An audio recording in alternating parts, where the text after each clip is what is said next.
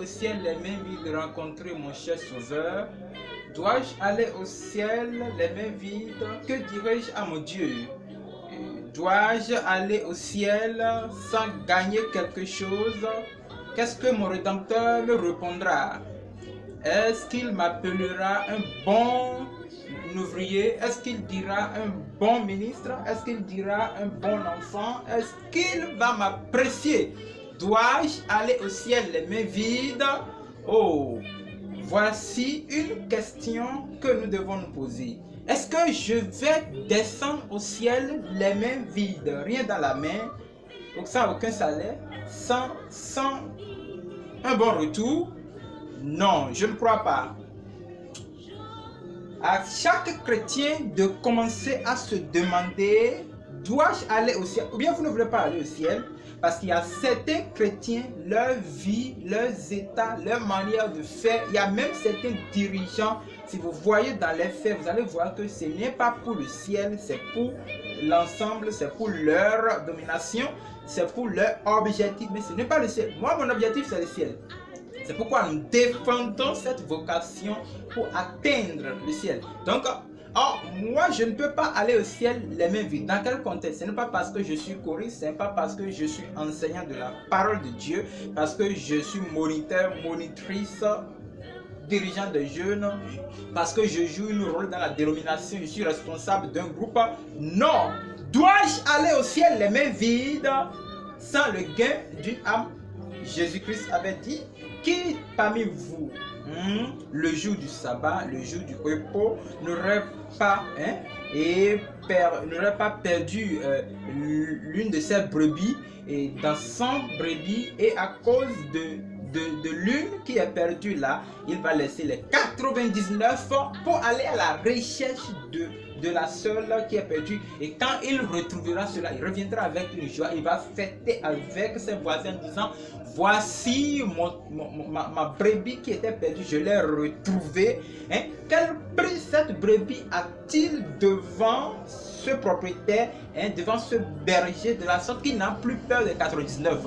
Voici le prix d'une âme devant Dieu. Voilà, Christ a encore donné un autre exemple d'un enfant prodigue qui abandonna son papa. La Bible dit, quand l'enfant va penser dans son cœur, il dira, je me lèverai, j'irai vers mon père, et je lui dirai, mon père, j'ai péché contre le ciel et contre toi. Et quand il va penser, réagir à son retour, son Dieu, son maître, son papa sera content de lui.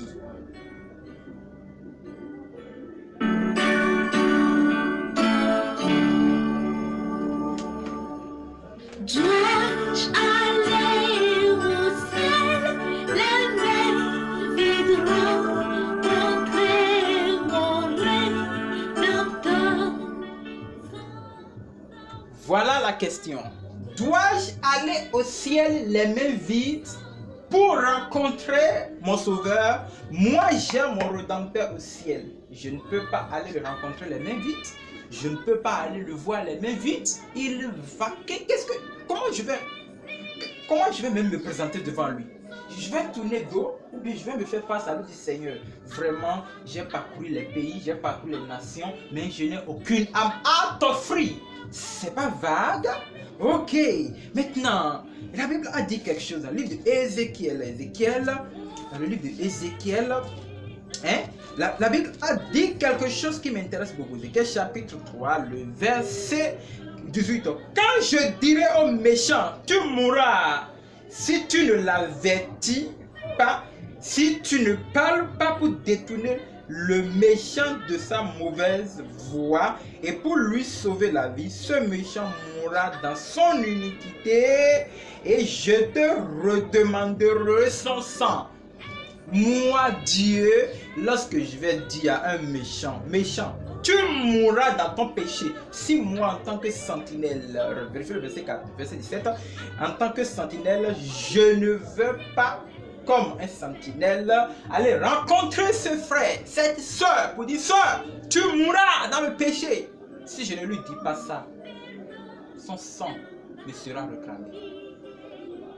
Vous voyez, aujourd'hui, quand tu dis à quelqu'un, Si tu ne changes pas, tu mourras. Il va dire, tu le juges. Mon ami, juge. On nous a dit de juger. La Bible nous l'a bien dit. Il faut juger. C'est mieux. Moi, je préfère que tout le monde me traite de méchant à cause de cette volonté, de cette vérité que je prêche. Oui, il est dur. C'est parce qu'il est jeune. C'est parce que son papa était serviteur de Dieu. C'est parce qu'eux, ils ont été élevés avec de grandes personnes. On est d'accord? Mais est-ce que c'est ça qui t'engage ou bien le message que je porte?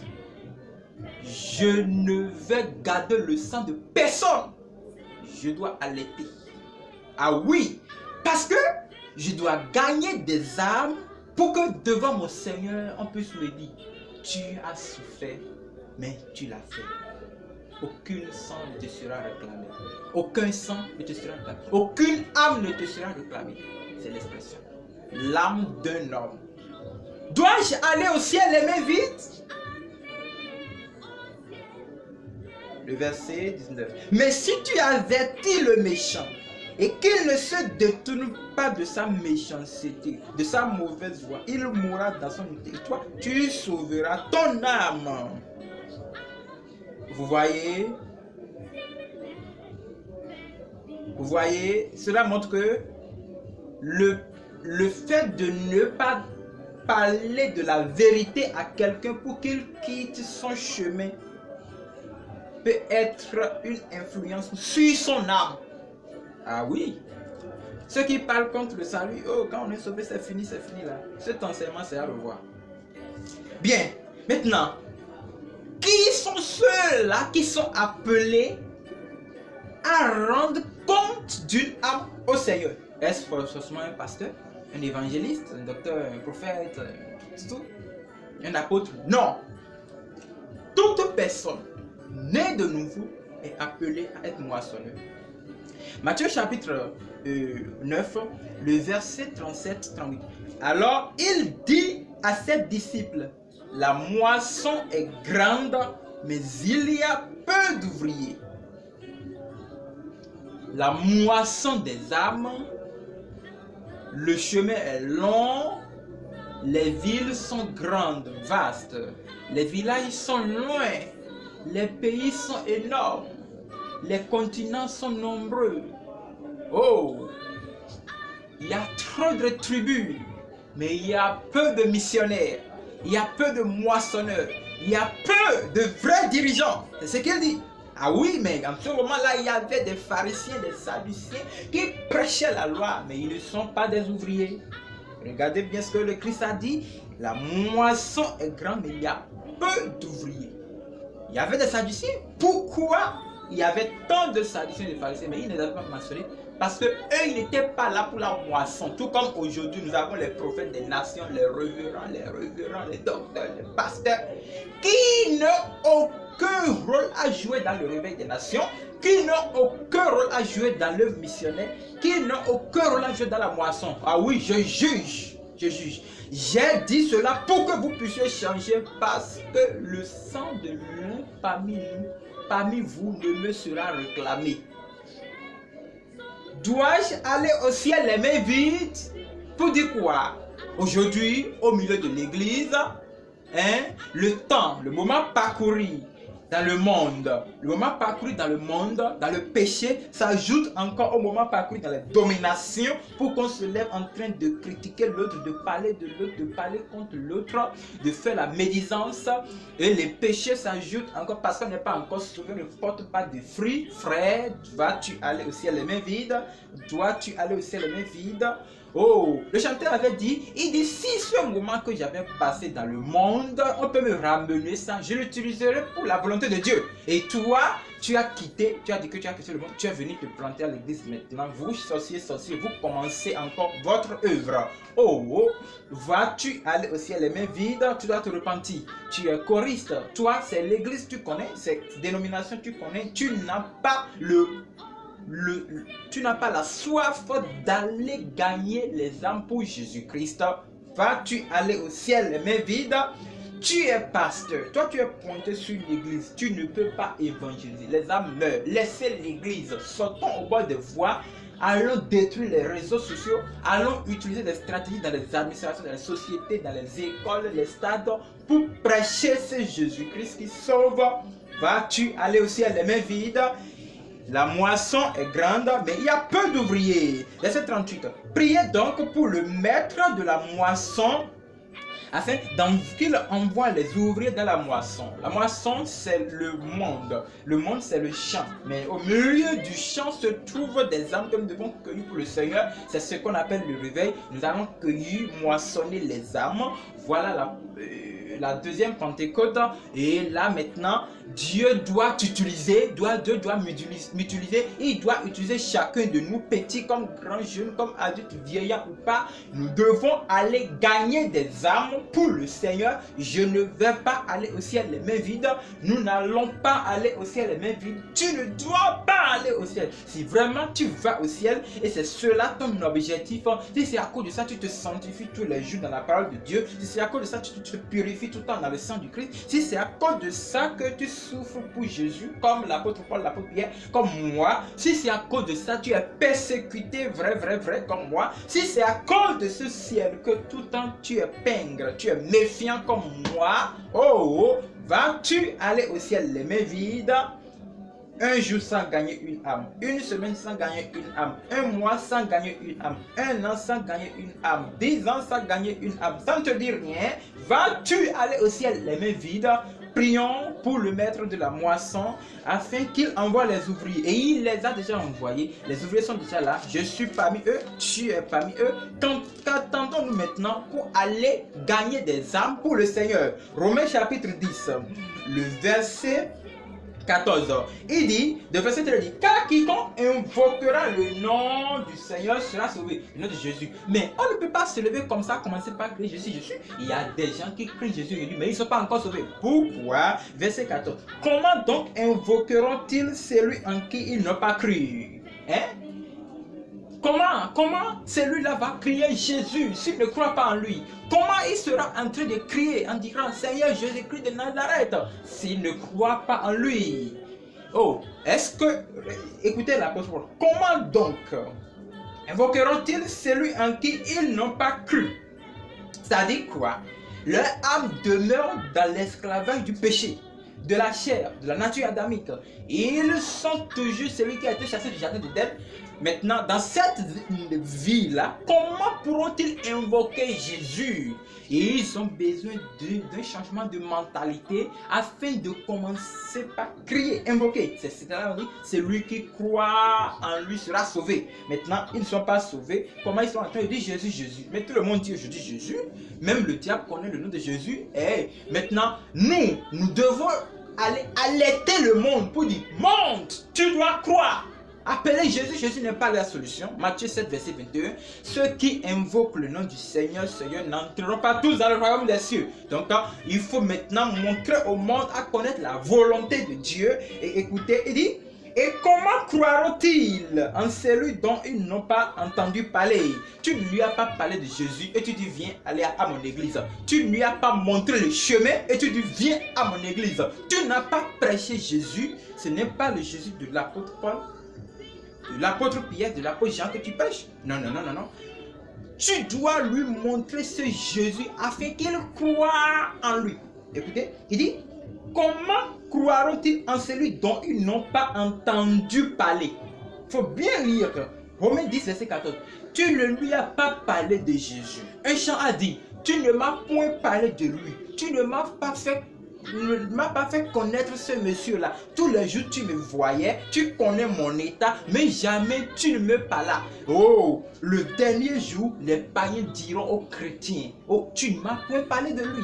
Ils diront à ce pasteur-là, tu buvais même la bière avec moi, tu prenais le verre alcoolique avec moi, mais tu ne m'as pas parlé de lui. Les païens diront le dernier jour, on s'est rencontrés à l'école, tu parlais de Jésus, on s'est rencontrés dans la société, tu étais notre délégué, notre DG. Est-ce que tu m'as parlé de Jésus? Les païens diront, les faux chrétiens diront le dernier jour, mais je te voyais en train de prêcher au bord de voie. Tu ne m'as pas montré ce chemin parce que tu prêches, moi-même je prêche. Les gens diront, étudiants, on te réclamera ça. Nous étions dans le même amphi, dans la même faculté. Pourquoi tu ne m'as pas parlé de ce Jésus on va réclamer cela. Hein? Collègues, enseignants, professeurs, les amis vont te dire le dernier jour, tu me connais. Tu sais que je suis un pécheur. Tu connais bien que je suis un pécheur, bien que je parte à l'église. Mais tu ne m'as point parlé de Jésus. On va te condamner. Vas-tu aller au ciel les mains vides? Moi, je ne partirai pas au ciel les mains vides. Comment pourront-ils croire en quelqu'un dont ils n'ont pas entendu parler? C'est le moment d'agir. C'est le moment de dire non, je dois transformer. Tu les vois au marché, au bord des voies, dans les prisons, dans les hôpitaux. Les brigands, les bangangos qui sont au bord des chemins. Ils ont besoin de ce Jésus-là. Ah oui, les aveugles ont besoin. Même les handicapés qui sont en train de commander ont besoin de Jésus. Les petits enfants dans nos écoles primaires ont besoin de Jésus. Nous avons des traités. Si tu veux, viens, on va te donner ça. Viens distribuer. Viens parler de ce Jésus-là. Tu dois gagner une âme. Ne pars pas au ciel les mains vides. L'apôtre Paul continue. Et comment entendront-ils parler s'il n'y a personne qui prêche? Aujourd'hui, tout le monde prêche miracle. Aujourd'hui, tout le monde prêche guérison. Aujourd'hui, tout le monde prêche prophétie. On prêche la percée financière, le mariage, le contrat. Mais on ne prêche pas ce Jésus dont parle l'apôtre Paul. On doit entendre parler de lui d'abord. On doit aller. Donc, comme tout le monde prêche cela, nous maintenant, toi qui me lis, tu dois décider comme nous d'aller témoigner Jésus en tant que ouvrier envoyé dans la moisson, qui que tu sois. Même si c'est aujourd'hui tu as accepté le Seigneur, lève-toi comme un ouvrier pour ne pas aller au ciel les mains vides. Le verset 15. Et comment y aura-t-il des prédicateurs s'ils ne sont pas envoyés? Nous sommes là.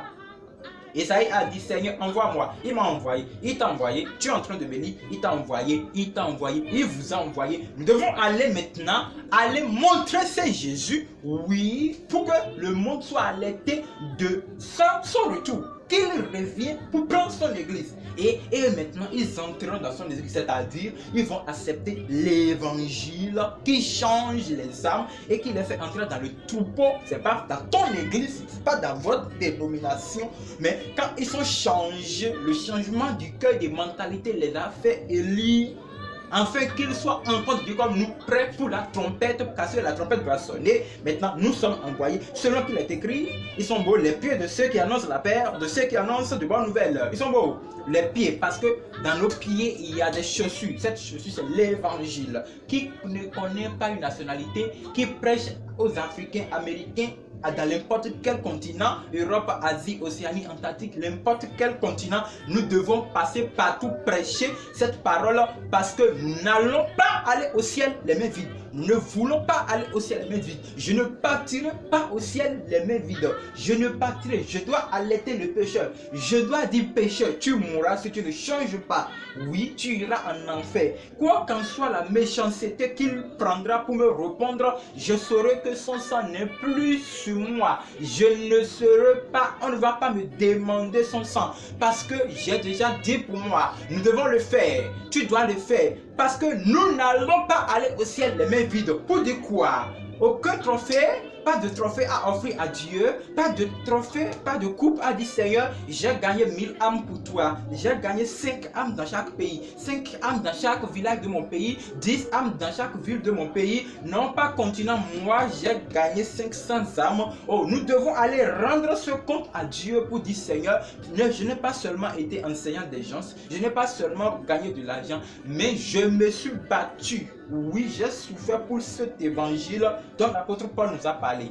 Dois-je aller au ciel les mains vides? Donc voici un défi qui a été lancé. Si je peux retrouver le temps gaspillé dans le péché, je le donnerai à Jésus soumis à sa volonté. Dois-je